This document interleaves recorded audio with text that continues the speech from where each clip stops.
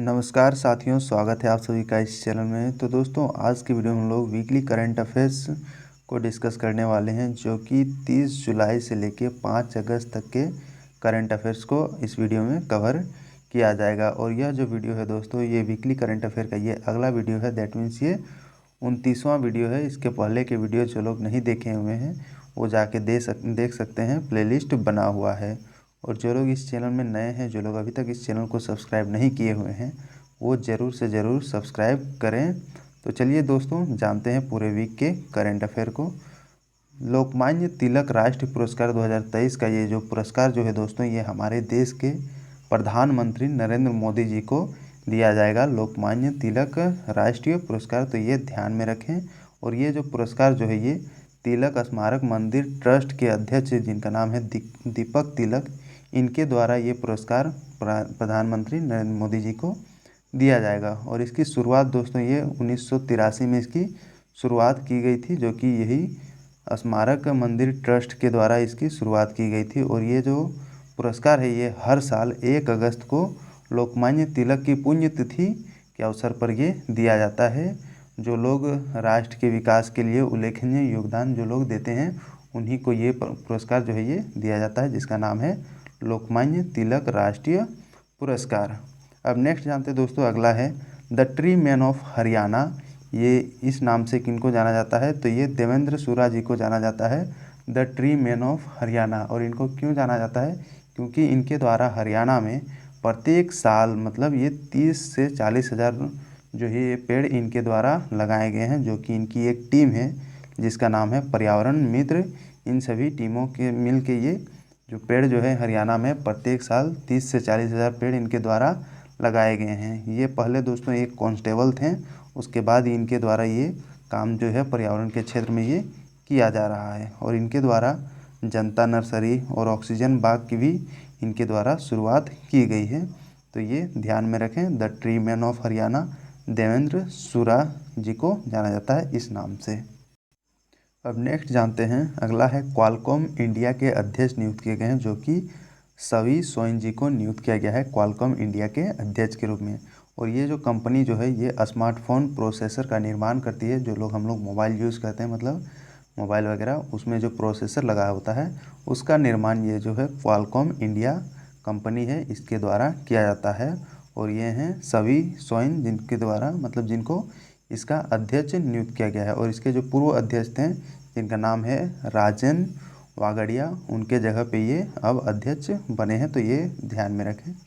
अब नेक्स्ट दोस्तों, GI tag जो हाल ही में दिए गए हैं, विभिन्न स्थानों के जो प्रोडक्ट थे उन सभी को जीआई टैग दिया गया है। That means geographical indication tag दिया गया है। और इसकी शुरुआत दोस्तों, ये 15 सितंबर 2003 को इसको लागू किया गया था जीआई टैग को। और पहला जीआई टैग जो हमारे देश में दिया गया है, ये दार्जिलिंग चाय को दिया गया है। तो ये भी ध्यान में रखें, यहाँ से काफ़ी बार ये प्रश्न पूछा जा चुका है। तो अब हाल ही में किन किन चीज़ों को दिया है उसको जानते हैं। ये जलेसर का है, जिसको जो है धातु शिल्प इसको दिया गया है। और गोवा का मानकुरोद आम को दिया गया है। और गोवान बेकिंगा को भी दिया गया है इस बार, मतलब हाल ही में ये जीआई टैग दिया गया है गोवान बेबिंग का। और उदयपुर का है दोस्तों कोप्तगारी धातु शिल्प, जो है ये उदयपुर का है, इसको दिया गया है। बीकानेर का काशीदाकारी शिल्प को दिया गया है। जोधपुर का बंधेज शिल्प को दिया गया है। और बीकानेर का जो है उस्ता कला शिल्प को ये दिया गया है, जो कि हाल फिलहाल में ये सभी जीआई टैग जो हैं, इन सभी प्रोडक्ट को दिया गया है। ये सभी जो चीज़ हैं वहाँ के लोकल जो वहाँ पर उत्पादन किए जाते हैं, बनाए जाते हैं, इसीलिए वहाँ की पहचान को बनाए रखने के लिए ये जीआई टैग दिया जाता है। तो ये ध्यान में रखें। और ये जो है दोस्तों, ये 20 साल तक ये वैलिड रहता है। ये जो जीआई टैग एक बार दिया जाता है किसी भी प्रोडक्ट का, मतलब कोई भी चीज़ वो हो, या तो फिर आम वगैरह जो भी हो, जो एक लोकल एरिया का जो हो वो फेमस चीज़ होना चाहिए। अब नेक्स्ट जानते हैं दोस्तों, भारत की पहली ऑनलाइन गेमिंग एकेडमी जो है, ये मध्य प्रदेश में ये खुल रही है। भारत का पहला ऑनलाइन गेमिंग एकेडमी। और यहाँ पर दोस्तों मध्य प्रदेश सरकार के द्वारा 80% सीटें जो है ये मध्य प्रदेश के गेमर्स के लिए ये आरक्षित होंगी। बाकी जो 20% जो सीट होंगी वो पूरे देश के जो कैंडिडेट होंगे उन सभी के लिए ये आरक्षण का यहाँ पर दिया गया। मतलब यहाँ पर जो है दोस्तों ये मध्य प्रदेश को ये मतलब ज़्यादा प्रेफरेंस दिया जा रहा है। अब नेक्स्ट जानते हैं दोस्तों अगला असम, और ये न्यूज़ में क्यों है, क्योंकि असम सरकार के द्वारा सितंबर में बाल विवाह के खिलाफ अभियान ये शुरू किया गया था, मतलब करेगी, तो ये इसीलिए ये न्यूज़ में है, क्योंकि असम में दोस्तों काफ़ी ज़्यादा वहाँ पर जो चाइल्ड मैरिज जो है वो वहाँ पर प्रचलित है। उसी को मतलब बंद करवाने के लिए, कम करवाने के लिए ये असम सरकार के द्वारा ये जो कदम है ये उठाए जा रहे हैं। तो इसके बारे में जान लेते हैं। जो असम जो राज्य है हमारे देश का, ये पूर्वोत्तर भारत में ये स्थित एक राज्य है, और इसकी जो सीमा जो है ये भूटान, अरुणाचल प्रदेश, नागालैंड, मणिपुर, मेघालय, त्रिपुरा, मिजोरम, बांग्लादेश और पश्चिम बंगाल से ही इसकी सीमा लगती है ये असम की। और यहाँ की जो ऑफिशियल लैंग्वेज जो है ये यहाँ पर जो ऑफिशियल लैंग्वेज जो चूज किया गया है ये असमिया और बोरो यहाँ पर की ऑफिशियल लैंग्वेज है। और अगर इसकी राजधानी देखा जाए तो ये दिसपुर में इसकी राजधानी सिचुएटेड है। और यहाँ के अभी प्रेजेंट के मुख्यमंत्री अगर देखा जाए तो ये हिमंत बिस्वा शर्मा जी अभी असम के चीफ मिनिस्टर हैं। और इसका गठन अगर देखा जाए तो ये 26 जनवरी 1950 को असम जो है वो एक राज्य के तौर पे उसको गठित किया गया था। अब इसको मैप में देख लेते हैं। यहाँ पर आपको दिख रहा होगा असम, ये जो राज्य है ये नॉर्थ ईस्ट के जितने भी स्टेट हैं उन सभी स्टेट को ये टच करने वाला राज्य है। और इसका इंटरनेशनल बॉर्डर भी टच होता है, ये भूटान के साथ टच होता है और इधर थोड़ा सा बांग्लादेश के साथ टच होता है, तो ये ध्यान में रखें।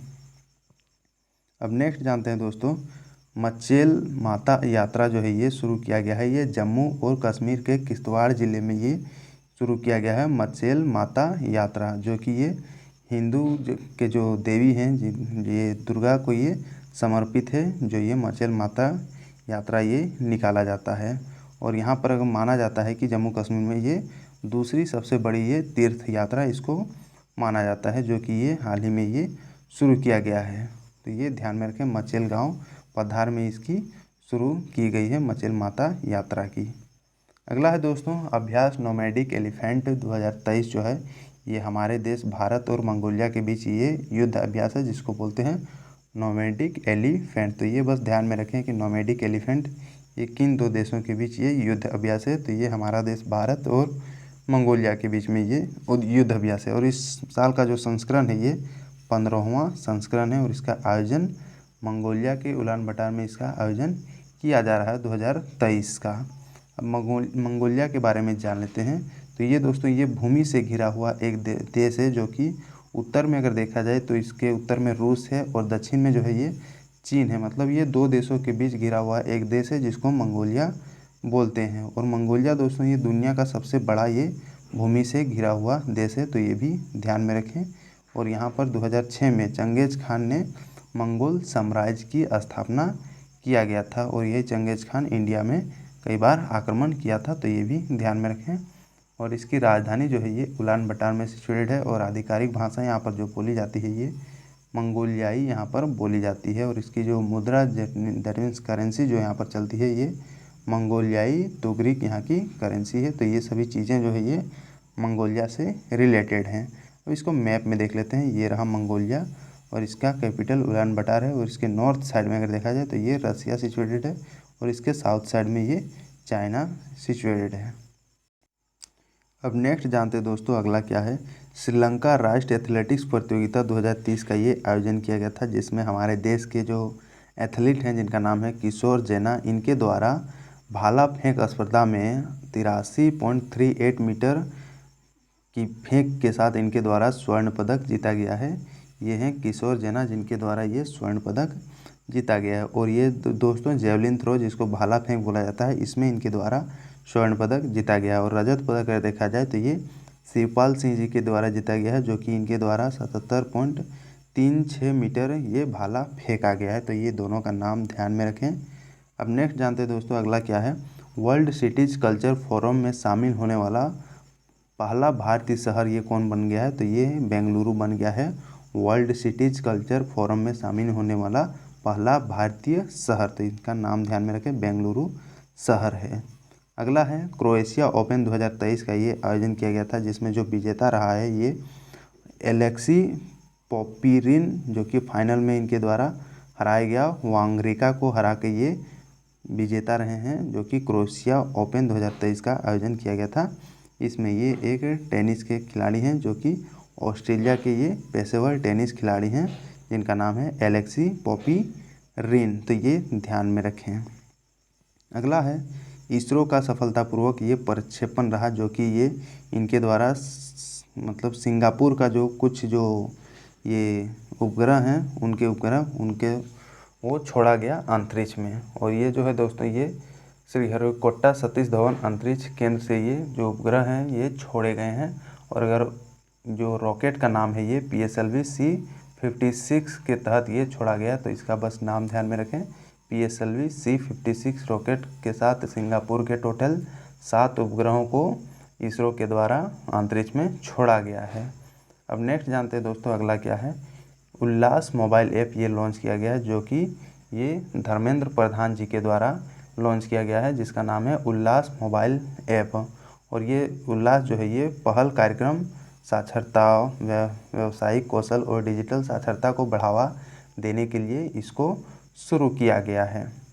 अगला है फिनलैंड। और ये न्यूज़ में क्यों है, क्योंकि भारत और फिनलैंड भारत में जैव ईंधन में ऊर्जा निवेश पर ध्यान केंद्रित करने हेतु स्थिरता पर एक सरकारी कार्य समूह का ये स्थापित करने के लिए ये इन दोनों के बीच जो MOU जो होता है वो साइन हुआ है, इसीलिए फिनलैंड न्यूज़ में है। तो इसके बारे में भी जान लेते हैं।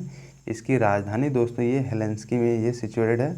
और यहाँ की जो ऑफिशियल लैंग्वेजेज हैं ये हैं फिनिश और स्वीडिश यहाँ पर बोली जाती है। और यहाँ के प्रेजेंट के अगर प्रधानमंत्री देखा जाए, प्राइम मिनिस्टर, ये तो ये पेटरी ऑर्पो यहाँ के प्राइम मिनिस्टर हैं अभी प्रेजेंट में। और ये दोस्तों ये उत्तरी यूरोप में एक नॉर्डिक देश है फिनलैंड। और इसकी सीमा अगर देखा जाए तो स्वीडन, नॉर्वे और रूस से ये इसकी सीमा लगती है। और फिनलैंड जो देश है ये 13वीं शताब्दी के अंत से 1809 तक फिनलैंड जो है ये स्वीडन का ये हिस्सा था। बाद में ये अलग हो गया और फिनलैंड एक नया देश बना है। इसे मैप में देख सकते हैं, ये है फिनलैंड, जो कि ये एक नॉर्डिक कंट्री है। और इसके जो बॉर्डर कंट्री अगर देखा जाए तो इधर रसिया टच करता है, और इधर स्वीडन, और इधर थोड़ा सा इधर नॉर्वे टच करता है। तो टोटल 3 जो देश हैं जो फिनलैंड को टच करते हैं, तो ये ध्यान में रखें। और ये जो दोस्तों ये बाल्टिक सी से टचा हुआ मतलब सटा हुआ एक कंट्री है, और इधर आर्कटिक ओशन से भी थोड़ा बहुत ये टच करता है। अब नेक्स्ट जानते हैं दोस्तों, अगला क्या है। मेरी माटी मेरा देश अभियान ये शुरू किया गया है, जो कि हमारे देश के प्राइम मिनिस्टर नरेंद्र मोदी जी के द्वारा इस अभियान की शुरुआत की गई है। और इसका मकसद क्या है, जो हमारे देश के जो स्वतंत्रता दिवस में मतलब इसको शुरू किया जाएगा, जो कि शहीद बहादुरों को इसमें सम्मानित किया जाएगा इस अभियान के तहत, मेरी माटी मेरा देश अभियान के तहत। और ये जो सम्मान जो है ये प्रधानमंत्री नरेंद्र मोदी के द्वारा ये घोषणा की गई है कि स्वतंत्रता दिवस जो आने वाला है 15 अगस्त को जो मनाया जाएगा, उसमें ये अभियान चलाया जाएगा और पुरस्कार जो है वो सम्मानित किया जाएगा। अब नेक्स्ट जानते हैं दोस्तों, क्रिकेट से संन्यास ले लिए हैं, जो कि हमारे भारतीय क्रिकेटर के पूर्व बल्लेबाज जो रह चुके हैं मनोज तिवारी, इनके द्वारा सभी प्रारूपों से संन्यास की घोषणा इनके द्वारा कर दी गई है। तो ये ध्यान में रखें, मनोज तिवारी जी अब क्रिकेट से संन्यास ले रहे हैं। नेक्स्ट है राजमार्ग यात्रा ऐप जो है ये लॉन्च किया गया है, जो कि भारतीय राष्ट्रीय राजमार्ग प्राधिकरण that means national highway authority of India के द्वारा इसको लॉन्च किया गया है, जिसका नाम है राजमार्ग यात्रा ऐप। तो बस ये ध्यान में रखें, ये NHAI के द्वारा ये शुरू किया गया है। जो ये ऐप है ये एक मोबाइल ऐप है, जो कि लोकेशन वगैरह बताएंगे जितने भी नेशनल हाईवे हैं उन सभी के। अब नेक्स्ट जानते हैं दोस्तों, अगला है ये एक ऐतिहासिक स्थल है। तो ये थोड़ा हिस्ट्री से भी रिलेटेड कुछ चीज़ें हैं जिसको जानना बहुत ज़रूरी होता है। तो ये गोलकोंडा किला है। और ये दोस्तों ये जो है कुतुब शाही राजवंश की राजधानी ये हुआ करती थी गोलकोंडा किला। और ये जो किला जो है ये कुतुब शाही राजवंश के कुतुब शाही द्वारा ये बनवाया गया था, जिसका नाम है गोलकोंडा किला। और ये अभी प्रेजेंट के टाइम में अगर देखा जाए तो ये हैदराबाद तेलंगाना में ये स्थित है। इसको गोलकोंडा किला बोला जाता है। और इसको जो है दोस्तों ये 1143 ईस्वी में इसको मतलब बनाया गया था, जो कि पहाड़ की चोटी को काट के इसको बनाया गया था। और इसका मूल रूप से अगर नाम देखा जाए तो इनको मंकल के नाम से भी जाना जाता है, तो ये भी ध्यान में रखें। गोलकुंडा किला को मंकल के नाम से भी जाना जाता था। ये आपको दिख रहा होगा, ये है गोलकुंडा किला, जो कि एक पहाड़ को किस तरह से काट करके ये बनाया गया है। अगला जानते हैं दोस्तों, ईस्टर्न नेवल कमांड के चीफ ऑफ स्टाफ ये नियुक्त किए गए हैं, जो कि वाइस एडमिरल समीर सक्सेना जी को नियुक्त किया गया है ईस्टर्न नेवल कमांड के चीफ ऑफ स्टाफ के रूप में, और ये हैं वाइस एडमिरल समीर सक्सेना जी। और इसके पहले जो थे ये वाइस एडमिरल संजय वात्स्यायन जी थे, इसके पहले के चीफ ऑफ स्टाफ जो कि ईस्टर्न नेवल कमांड के हैं। तो ये ध्यान में रखें, ये विशाखापत्तनम में ये पदभार संभाल लिए हैं। और ये दोस्तों ये 2017 में नौसेना पदक इनको दिया गया है, और 2023 में अति विशिष्ट सेवा पदक से भी इनको सम्मानित किया गया है। तो इनका नाम ध्यान में रखें, वाइस एडमिरल समीर सक्सेना जी को ईस्टर्न नेवल कमांड के चीफ ऑफ स्टाफ के रूप में नियुक्त किया गया है। अगला जानते हैं, अमृत वृक्ष आंदोलन वेब पोर्टल एंड जो मोबाइल ऐप है ये लॉन्च किया गया है, जो कि असम के मुख्यमंत्री जो अभी प्रेजेंट में है हेमंत बिस्व शर्मा जी के द्वारा ये शुरू किया गया है, जो कि एक पोर्टल है और ये एक मोबाइल ऐप भी है जिसको बोलते हैं अमृत वृक्ष आंदोलन। और इसका लक्ष्य क्या है कि 17 सितंबर को राज्य भर में 1 करोड़ पौधे लगाना इसका लक्ष्य है, इस जो वेब पोर्टल लॉन्च किया गया है इसके तहत। और इस ऐप का मेन मकसद ये भी है, उद्देश्य ये है कि राज्य की हरित अर्थव्यवस्था को बढ़ावा देना, मतलब ज़्यादा से ज़्यादा वहाँ पर फॉरेस्ट वगैरह डेवलप करना, पौधे पेड़ पौधे वगैरह लगवाना। और अभी प्रेजेंट में अगर देखा जाए दोस्तों, जो असम है उसका राज्यपाल अभी प्रेजेंट में है श्री गुलाब चंद कटारिया जी हैं। तो ये भी ध्यान में रखें, आने वाले एग्जाम में काफ़ी जो क्वेश्चन जो है वो मुख्यमंत्री राज्यपाल ये वगैरह से क्वेश्चन डायरेक्ट पूछे जाते हैं। अब नेक्स्ट है दोस्तों लेसोथो, ये एक कंट्री है जो कि ये अफ्रीकन कंट्री है, तो ये भी ध्यान में रखें। और ये न्यूज़ में क्यों है, क्योंकि ये भारत और लेसोथो ने मासेरू में सहयोग के लिए संयुक्त द्विपक्षीय आयोग के 5वें दौरे की ये बैठक किया गया है भारत और लेसोथो के बीच में। तो ये जो कंट्री है इसकी राजधानी मासेरू में सिचुएटेड है, और यहाँ की जो करेंसी है दैट मीन्स जो मुद्रा यहाँ पर चलती है ये लेसोथो लोटी यहाँ की मुद्रा चलती है। और यहाँ के अभी प्रेजेंट में अगर राजा देखा जाए तो ये लेट्सी थर्ड यहाँ पर राजा, लेट्सी 3 यहाँ के अभी प्रेजेंट के राजा हैं। और इसका जो गठन है दोस्तों ये 1822 ईस्वी में राजा मोसोसु प्रथम के द्वारा इसका गठन किया गया था, जो कि एक कंट्री है लेसोथो। और यहाँ पर राजा का शासन अभी भी चल रहा है, तो ये भी ध्यान में रखें। अब नेक्स्ट जानते हैं दोस्तों, इसको मैप में देख लेते हैं कि लेसोथो कहाँ पर सिचुएटेड है। ये आपको दिख रहा होगा साउथ अफ्रीका के जस्ट बीचों बीच में ये एक सिचुएटेड एक देश है, जो कि ये एक राजा के द्वारा मतलब यहाँ पर शासन किया जा रहा है, और ये साउथ अफ्रीका का एक कंट्री है। अगला जानते हैं, उन्मेषा और उत्कर्ष उत्सव जो है ये शुरू किया गया है, जिसमें जो उद्घाटन जो है हमारे देश के राष्ट्रपति श्रीमती द्रौपदी मुर्मू जी के द्वारा भोपाल में इसका उद्घाटन किया गया है, जिसका नाम है उन्मेषा और उत्कर्ष उत्सव। अब इसमें जो है दोस्तों उन्मेषा में अंतर्राष्ट्रीय साहित्य महोत्सव का आयोजन किया जाएगा, और उत्कर्ष के तहत ये लोक और जनजातीय प्रदर्शन कला महोत्सव का आयोजन इसमें किया जाएगा। और ये जो आयोजन जो है ये सांस्कृतिक मंत्रालय द्वारा और साहित्य अकादमी और संगीत नाटक अकादमी के सहयोग से इसका आयोजन किया जा रहा है। तो ये भी ध्यान में रखें, ये भोपाल में इसका आयोजन किया जा रहा है, और इसका उद्घाटन हमारे देश के राष्ट्रपति जी के द्वारा किया गया है। अब नेक्स्ट जानते हैं पुस्तक, जो कि नए मतलब जो पुस्तक को हाल ही में अनावरण किया गया है या फिर हाल ही में जो कि लॉन्च किया गया है, उन सभी पुस्तकों को जानते हैं। हालांकि ये पुस्तक ये काफ़ी पहले ही ये लॉन्च किया जा चुका है, लेकिन इसका जो अनावरण जो है ये हमारे देश के केंद्रीय गृह मंत्री अमित शाह जी के द्वारा इसका अनावरण किया गया, जो कि तमिलनाडु के रामनाथपुरम जिले में इसका अनावरण किया गया है फिर से।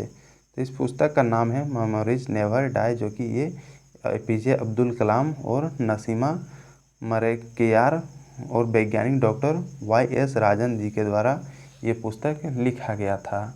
तो ये ध्यान में रखें, मेमोरीज नेवर डाई ये डॉक्टर APJ अब्दुल कलाम से ये रिलेटेड एक बुक है। अब अगला पुस्तक जानते हैं जिसका नाम है कैलाश मानसरोवर यात्रा ए स्पेशल बॉन्डिंग पिलग्रिमेज। और ये जो पुस्तक है दोस्तों ये लिखा गया है स्मिता सावंत जी के द्वारा ये पुस्तक लिखा गया है, जो कि ये एक नया पुस्तक है जिसको हाल ही में लॉन्च किया गया है।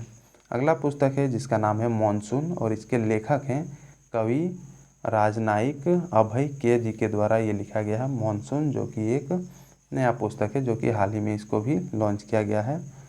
नेक्स्ट है जिसका नाम है कारगिल एक यात्री की जुबानी। ये भी एक बुक है जो कि श्री ऋषि राज जी के द्वारा ये लिखा गया है और इसका प्रकाशन जो है दोस्तों ये प्रभात प्रकाशन के द्वारा इस पुस्तक को प्रकाशित किया जा रहा है। तो ये था दोस्तों जो हाल ही में नए नए पुस्तक जो है जिनका अनावरण या फिर जिनका विमोचन किया गया है।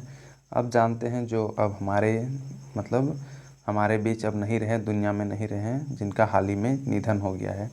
तो ये देख रहे हैं जो कि कांग्रेस के नेता हैं और केरल के ये पूर्व विधानसभा अध्यक्ष भी रह चुके हैं, जिनका नाम है वक्कोम पुरुषोत्तमन, जो कि ये मिजोरम के ये राज्यपाल भी ये रह चुके थे, जिनका हाल ही में इनका निधन हो गया है। तो ये ध्यान में रखें। और ये जो है दोस्तों ये अंडमान और निकोबार द्वीप समूह के ये उपराज्यपाल का भी कार्यभार इनके द्वारा संभाला गया था। तो बस इनका नाम ध्यान में रखें। ये कांग्रेस के नेता हैं जिनका नाम है वक्कोम पुरुषोत्तमन।